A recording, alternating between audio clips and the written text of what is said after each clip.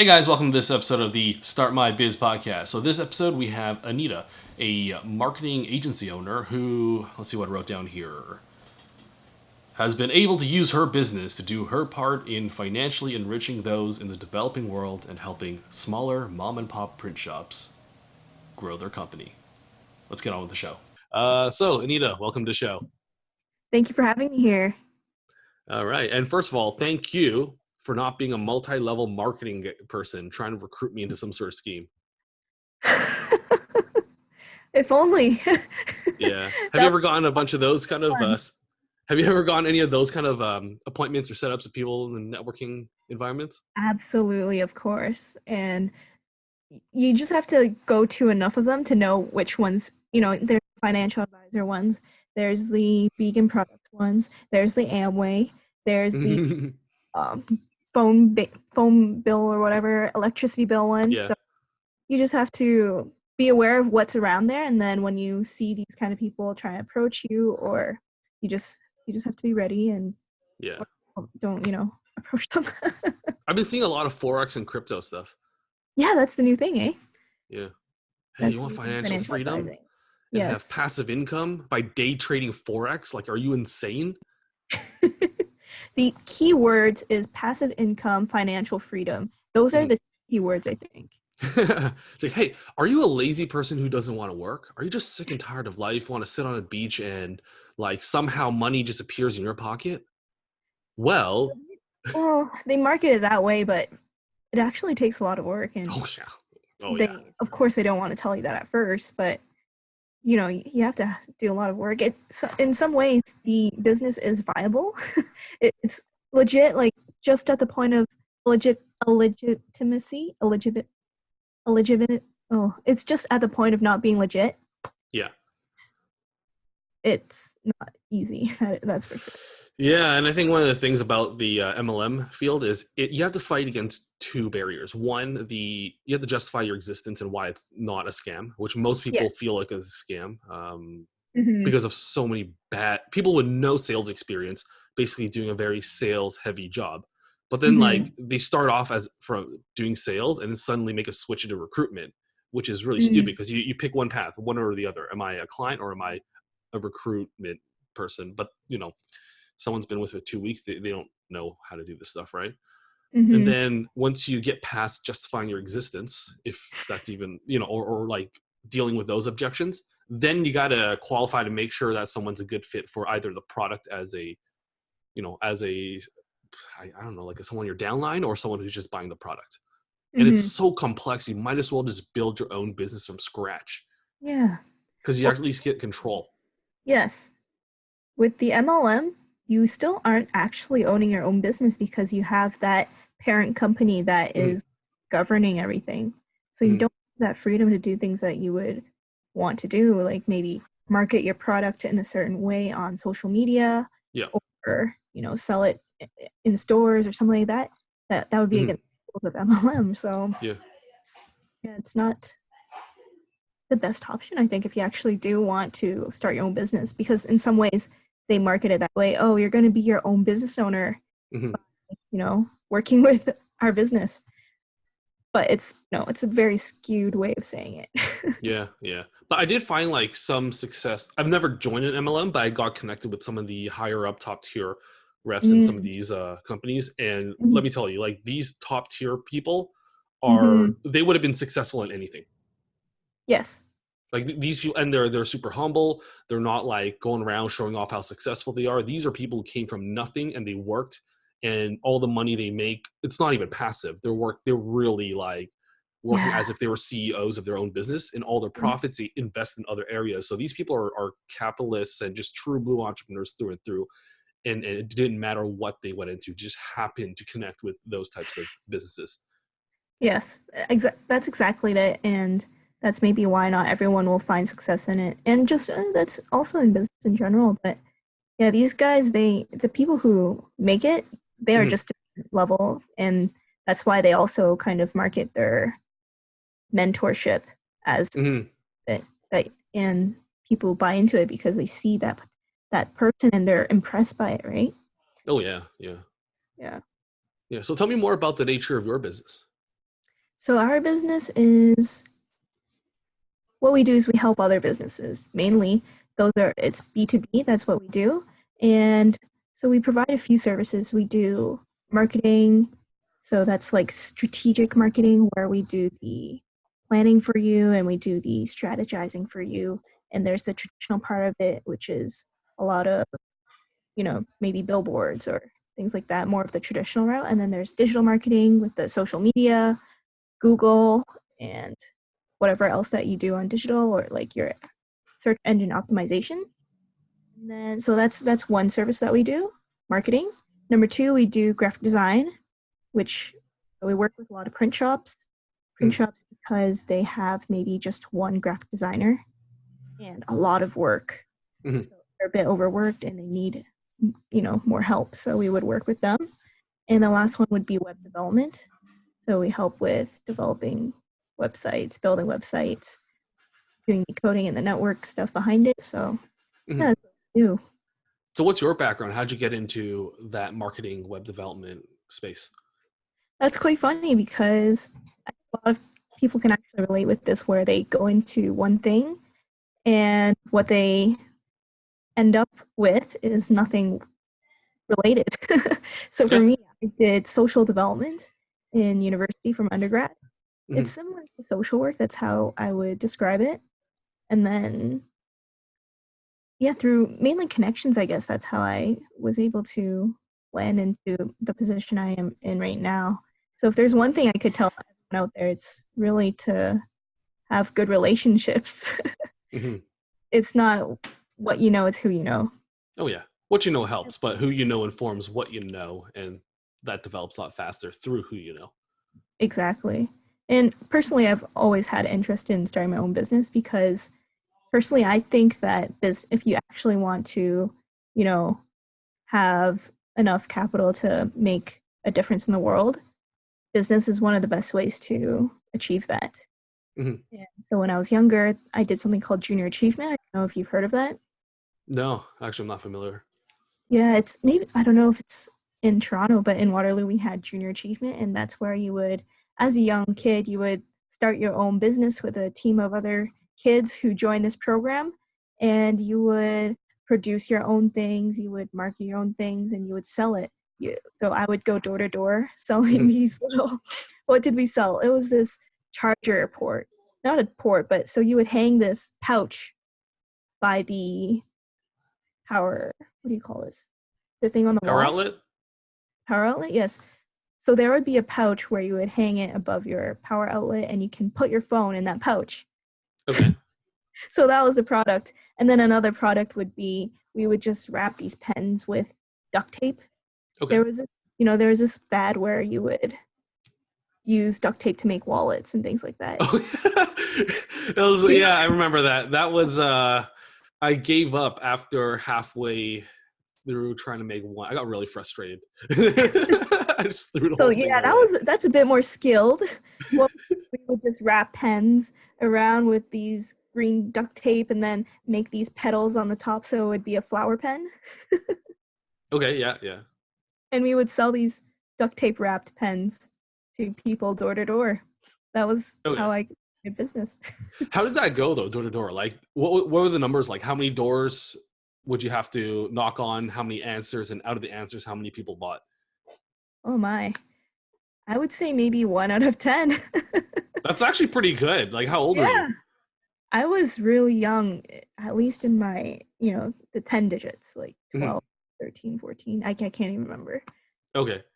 But that probably helped. Like, if some 12-year-old kid knocked on my door and says, "Hey, I made a duct tape wallet and I'm selling them for," I mean, how much did you sell them for? Like $10, $5? $10. Yeah. It's hard. It'd be hard for me to say no. I respect the hustle. Like if I knocked on someone's door now and tried to sell a duct tape rose on a pen, I'd probably get the cops called on me. Some people would actually be really nice. You could tell that, they had that kind of sympathy in them or that compassion in them. And they would, sometimes even pay extra. And it would just be such a great experience just going door to door. It really gives you that drive, that confidence that you will need in the future. Yeah. So what inspired you as a 12 to 13-year-old to start doing that to begin with? Where was this inspiration from? I really don't know. See, that's interesting. If you can't think of where it came from, then perhaps it might have just been innate. Perhaps because I did it, but I don't think my siblings did it. So it was, so my brother did do it, but it was, this is like a separate extracurricular thing. So it's not like our school forced us or anything like that. So I'm really not sure. Somehow I ended up in that program. Somehow you end up in a situation where just hustling manufactured duct tape door to door. Yeah. And I did pretty good. Enjoy it. Yeah. It's fun. I mean, like, we should encourage more kids to be doing that kind of stuff. Like, hey, you want to get a Nintendo Switch? You can have anything you want. Here's some duct tape. Start knocking on doors. Yeah, knocking on doors. That really, I feel like a lot of people should try that. It really will build up your skills. And have you anything like that? When I was like, I think there was like a school fundraiser, and they gave us those chocolate almonds. Okay, those things are pretty good, and I thought they're kind of expensive because it was like, this would have been in the 90s, like 90. Oh no, it would have been early 2000, either like 2001, like some time around there. So I was like 11 years old, and then I just started knocking on doors, and then I think I sold a whole box after like a week or two, and then then when I realized like I wasn't getting commission out of it and wasn't getting paid for my efforts, I just kind of stopped. I sold like another half box, and then I was like, okay, I'll stop now. Yeah, literally, the money just goes straight to the school, right? Yeah, and I thought that was so stupid. I just thought that was stupid. Now, if I sold something where I profited from it, I would have just kept on going with it, right? But then there would have been like Pokemon cards. Different, right? Yeah, I kind of did it with like Pokemon cards here and there, like make some trades and try to sell something. And all that money just went right back into the hobby because I didn't have a job and my family didn't have money to pay for expensive hobbies. So yeah. That's how it should be. You should reinvest, right? Oh, yeah. Yeah. And it's fun. Yeah. So tell me about the time when you realized that you should have started this business. Like, when did you realize that this should be a business and this should be started by you? So there are a few things that I realized over some thought. So I've always had this idea of I want to start a business, but what kind of business, right? So to me, honestly, it didn't really matter what, but what was important to me was, number one, I don't become the business. And what do I mean by I don't become the business? That means that the business has to run without me. So one business that I really wanted to do was I wanted to be a photographer or a filmographer, a videographer. And that's great. That's something I'm passionate about. But the problem is, without me, the business does not run. So that's fine, right? For some people, but for me, that would mean that if I get hurt or something along those lines, the income stops as well. So the key is a business plan or a business that will function and will still work even when you're sitting around and the whole thing. So the whole idea behind that is that you need to leverage your time to have employees who can do the work for you. And so all the businesses that I considered, this was one where I saw, okay, this fits my plan in that I don't become the business, and I see that it can, actually bring value to people. So that's how I decided, okay, this works for me. Let's go. Yeah. So why the web development and marketing specifically compared to all the other ways you can do leverage time for a business? Because marketing is something everyone needs. And it's I'll say it. There's all this noise in the background happening right now. Yes. Okay. I'm going to have to... This is why we're not live, and I could just edit this out. Exactly. We'll wait for it. It's good now? Or I'll just leave it in because it's kind of funny. Up to you. Doesn't matter for me. All right. Sorry. Continue. Yes. So marketing, why I chose that in particular was because it's a it's still a growing industry and everyone needs it. It doesn't matter what you do in terms of business. You will need some marketing of some sort. So that was the appeal for me, that number one, it's a industry that is still growing. People are investing in it. And number two, it's a really wide market. Mm-hmm. And in terms of graphic design and web development, that's just a skill that not everyone can do. And it's also still something that it's not a job that will run out. Mm-hmm. There's certain business where it's like, oh, maybe in a few years, we're not sure if this will be needed anymore. Mm-hmm. Still do think that graphic design and web development is something that will be needed in the near future. Oh yeah, especially when it gets to super creative fields. So anything that requires human creativity, that'll never actually go out of, it'll never go out of style. And actually, I think the demand's going to increase for it. Absolutely. Because everything else is going to become cheap when it's automated and made by robots. Mm-hmm. There's talk about how coding could be just automated too, because people are coding computers to code. Mm-hmm. So people are giving their jobs away, if you think about it that way. Yeah, and not just that, but you're also competing with the developing world. So as more and more people in second and third world countries have access to computers, they're going to learn everything that's already on the internet, especially if they're English speaking. Mm-hmm. And they live on pesos and I'm earning dollars. So, I mean, like the value exchange is huge. There's no, I mean, I got some like creative services from like Eastern Europe. And I mean, I'm paying them like really good, really little for what it is for me, but it's a whole day's wage for them. Absolutely. Yeah. It's crazy how it is there. But then one thing that could remain a competitive factor for people, domestically, is how good of a quality can you provide? Do you hear the dog? So it would be the quality. It would be quality. Yeah. Yeah, definitely. And the cool thing about creatives is the quality. When it comes to like the pricing, it's basically like theoretically infinite, right? You could pay something for $1 or $1 million for the same type of creative, and there's just so much more going on in those intangibles that you just can't reproduce with robots. Yes, and sometimes you can't put a value on it. Some people, it's all based on perspective. Mm-hmm. One person might look at someone's creative work and say, "You paid that much for that?" Or someone would be like, "Oh my gosh, that's all you paid for?" So that's another thing. It's really infinite, like you said. Mm-hmm.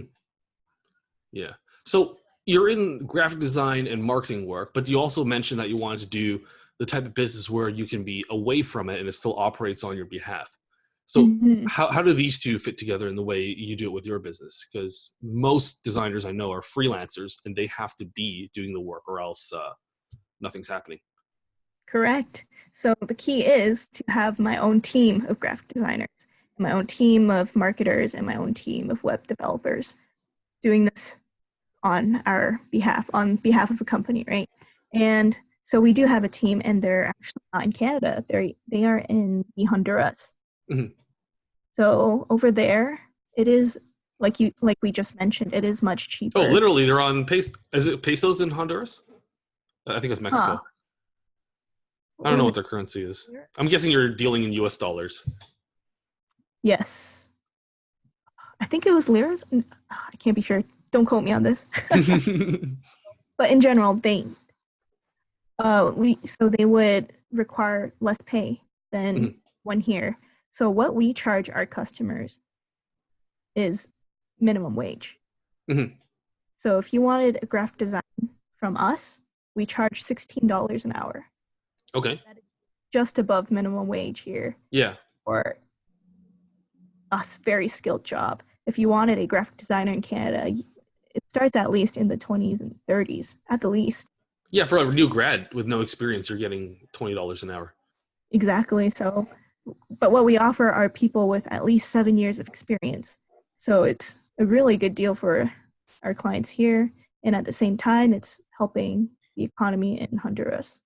Mm-hmm. It's actually really cool. Okay, so it helps with what you mentioned at the beginning, the charitable and kind of the social good you're looking to do. Yeah, at the same Hmm. time, you're able to fill the income needs of practically living here.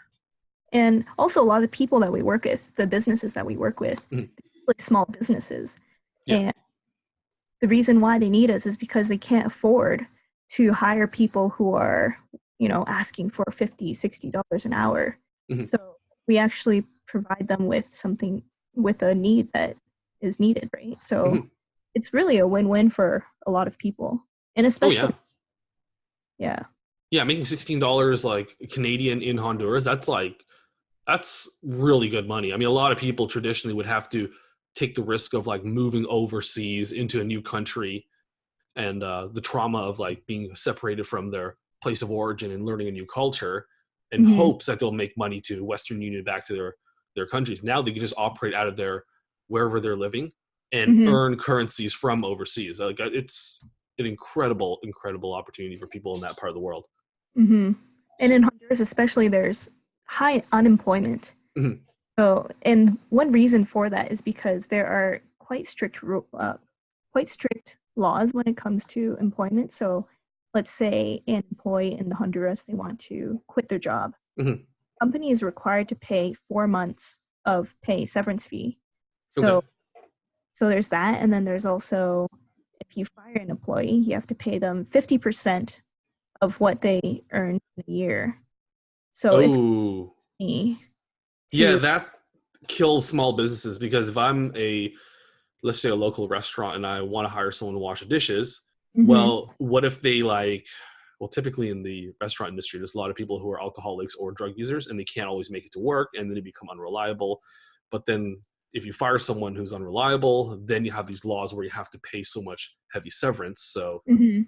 now businesses can't grow and then they're stuck. Oh, that's not good for their economy. I Yeah. see what they're trying to do to protect Mhm. workers, but ugh, that puts people in a trap. But in turn, the unemployment is what happens when with these strict rules. So people are much more careful when they're hiring, or they don't hire as many as they need, or it's just a very interesting situation. Yeah. When we do hire people onto our team, first of all, they're very qualified Mhm. because we do Yeah. not want them. We don't want to fire them, Oh and we yeah, yeah, yeah. quit either. So What? If you're competent at your job, people don't want to fire you? new Who concept would have thought? I thought we need to put more rules in place with the government so they could force business owners like you to keep the incompetent. to keep being competent. Yeah. Yeah. But also, I found that in Canada, in some employers, they don't fire the people even when they need to because of Mhm. all the work that's involved. Oh And yeah, yeah. interesting situation that Yeah, you business just promote you promote them into positions of middle management where they have no real responsibilities, but then they filter out all the complaints from the lower level workers so that the upper management who make these decisions that create the frustrations to begin with, they have a almost like a shield to protect themselves. it's just a circle. Oh yeah, yeah, yeah. That's bureaucracy for you. What? I Oh didn't come yeah. from that kind of background. Oh, well. I thought you were talking about the government. Yeah. Oh, the government's even worse. You get multiple levels of middle management and Oh, what do they call it? It's a process-driven environment. mm, that's Yeah. true. That's what they call it.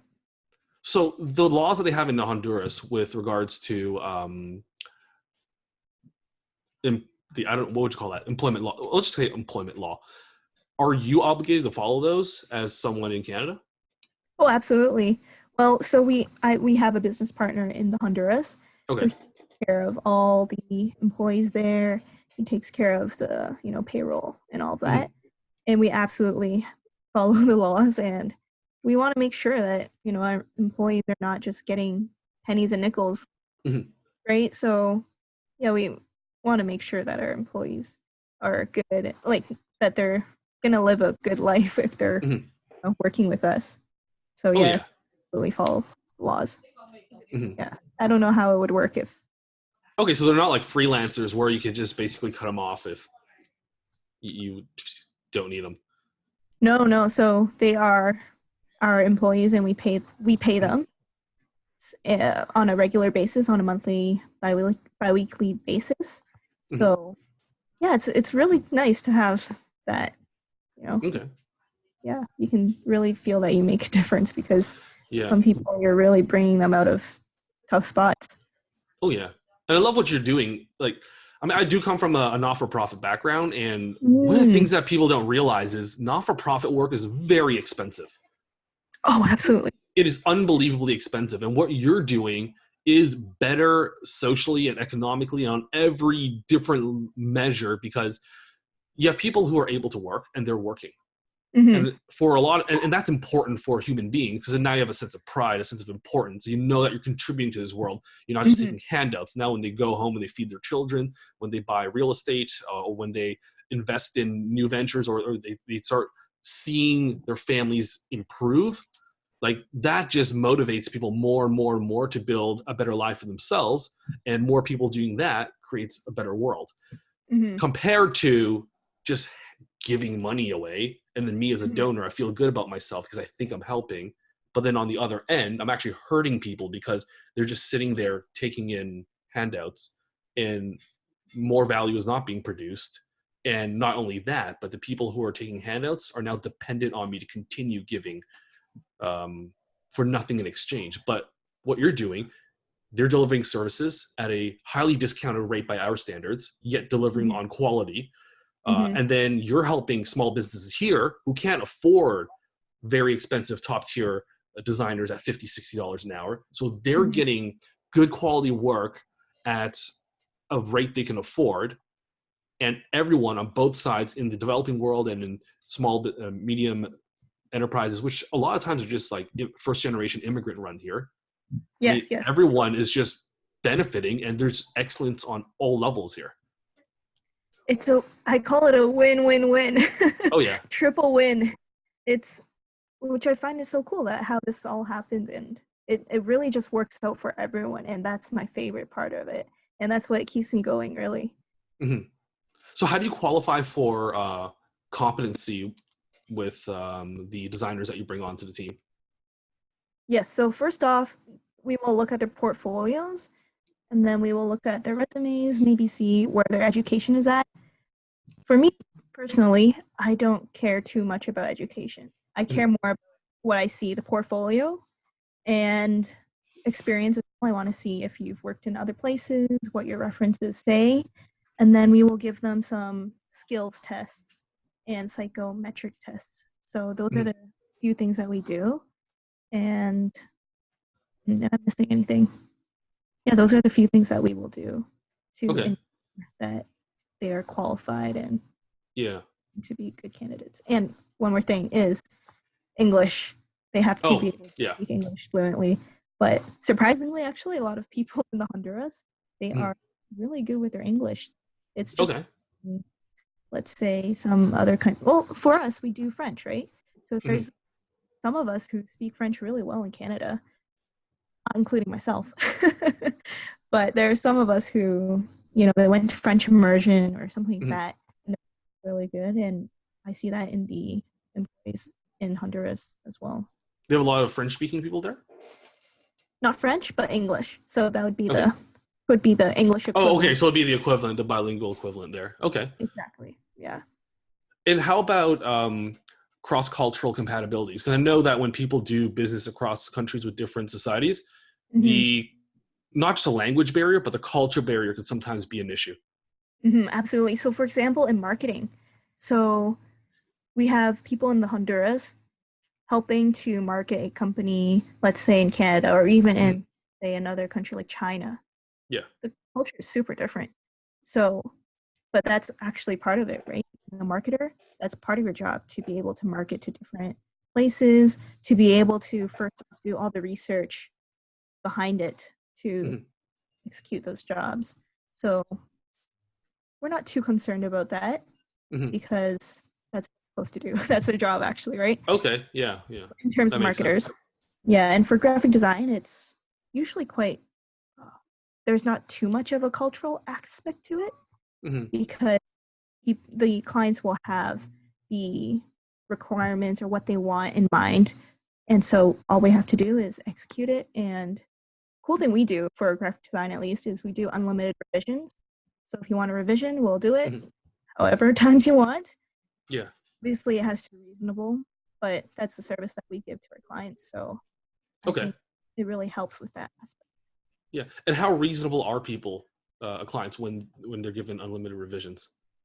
They are quite reasonable. And another thing is we give people the original editable files. Okay. So a small little change, like, oh, I want to make this just 1 inch bigger. We can easily do it. Or usually these people at the print shops, they are graphic designers themselves, or they have a design team already, like one person. They can do it really easily. So it's right. So yeah, because they don't have the resources to have an in-house team or to scale at the amount that they need, but then they still have the skill sets to adjust files once they have all the work done. Because sometimes, you'll see in these print shops, they'll have maybe 2 people, graphic designers, who do all the graphic design work that they get, and it can be a lot. So that's when our company would come in and really help with the workload. Yeah. Okay. If you had to start this business all over again, not like going back in time, but let's say with everything you know now moving forward, what would you do differently this time? What would I do differently? I think I think I did have something in mind. What would I do differently? Just being able to say no to certain clients, because some people, especially freelancers, I think they will encounter this sometimes. They will have some very unreasonable requests in terms of, oh, can you do this in like 10 minutes? Exaggerating right now, but let's say, oh, can you do this in 10 minutes, or do this or that. So you just have to learn when to say no for certain situations when you know that it will not help the business, or you can't even fulfill that properly. You have to learn when to say no. Okay. And tell me about that story. It sounds like there's a story there, that one nightmare client, or those few nightmare moments where you realize it would have been cheaper to fire them. Firing the clients, that is. The story is, so you would have someone who wants to maybe use your service. It's their first time trying it out. They want to try it out. So they don't want to lose a lot of money. So they would ask for a certain price. So normally we would have to charge so you would hire us for a certain amount of hours at the very least. And then we would, do the work for you. But then they wanted to do even less than that. And we wanted this client, we wanted this to work out. So we said, okay. But it turns out that, because of how little those hours were that was that for, we pay our employees full time or part time, right? So if not do those hours, when they want to do so little hours, like someone has to do it, right? But then our full-time people, they're full. Our part-time people, they might have some room, so we would give those jobs to these part-time people. But in the end, so in conclusion, the numbers don't add up. Yeah. How much they're paying and how much we need to pay for our employees, our office, and our expenses, it just did not add up. Okay. Yeah. That's pretty much what it was. We really wanted this client, but yeah. So from there, did you discuss, so what would the minimum acceptable client look like? So they would have to be able to pay for at least, let's say, 8 hours of work in a month. Which 8 hours of work in a month? That's not much. At all. Yeah. That's like, hold on. I might need 8 hours of work in a month. And is this like a contract over a long period of time? Like, how does that work? 8 hours in 1 month. That's it. Okay. Oh, that was a contract. So, yeah, if you want any less, it would be pretty much like a one-time project, Okay. Yeah. And if there's some ongoing, okay, and then they could do like some month by month. We did if they need more. Okay. Yeah, it just didn't work with our business model of paying people full time to work with us. Like they're not freelancers, right? So we pay them every single Monday to Friday, Saturday. even like we account for Saturday, Sunday pay as well in their pay. So if we were paying that much money, our employees who are with us, right? We can't take on people who can only, pay a small amount. Yeah. It just doesn't add up. Yeah. Okay. And if people want to get connected with you to learn more about your services or more about what you do, where can they reach you at? So I would direct them to our website. It's globalmark.ca. One word. That's the name of our company. Actually. I'll edit it all onto here. Yes. So you can go to globalmark.ca and you can send us an email. You can give us a call, and we can figure out what we can do to help your business or whatever it is that you need. All right. Well, Anita, thanks for coming on the show. All the information that people need to get in contact with you is on the page right now. Yes. Thank you so much for having me, and I would love to come back again. All right. That's all for this interview. So don't forget to subscribe and hit that notification bell to stay up to date with the different interviews that we have with more business owners.